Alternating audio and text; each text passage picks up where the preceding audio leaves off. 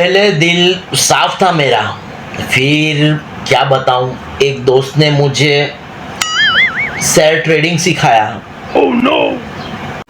કયો કયો ફ્રેન્ડ તારો, કયો દોસ્ત? બતાવ ને જરા, કોણે શીખવ્યું તને ટ્રેડિંગ? हाँ, बता रहा हूँ, देखोगे?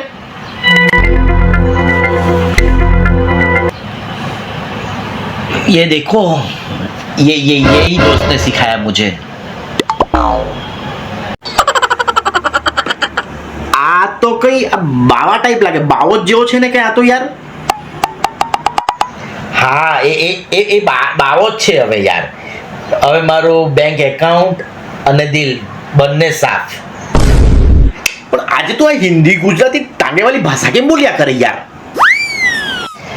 ये वो साफ थे जाए हिंदी गुजराती सब चलता है, जाने को देव नहीं भाई आप।